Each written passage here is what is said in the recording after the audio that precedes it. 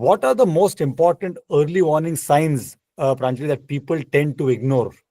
You could read 10 signs off of the internet that are signs of breast cancer, and you would think that nobody would ignore a sign of breast cancer.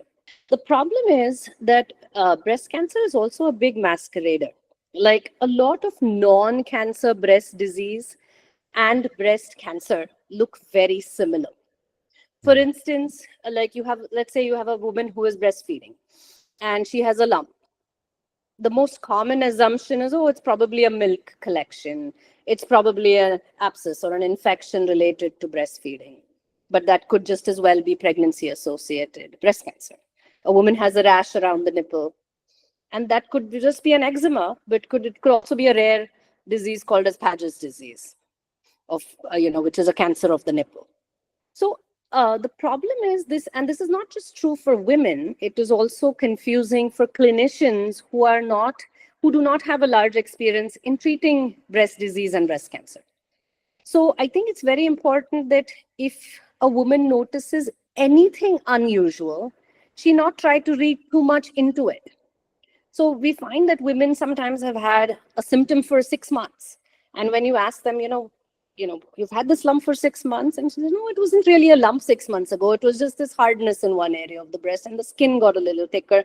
And when it got red and it got a little ulcerated, I applied some ointment. I thought it was better.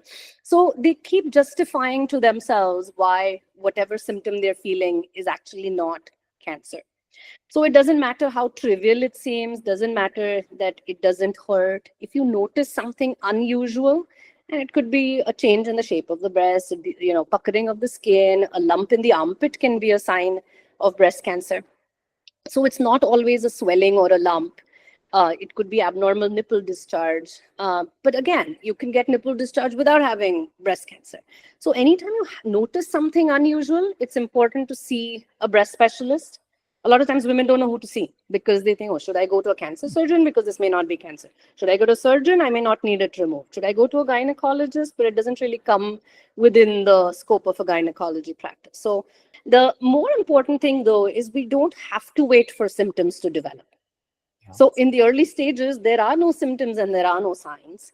And the best stage to catch breast cancer is at the time there are no signs.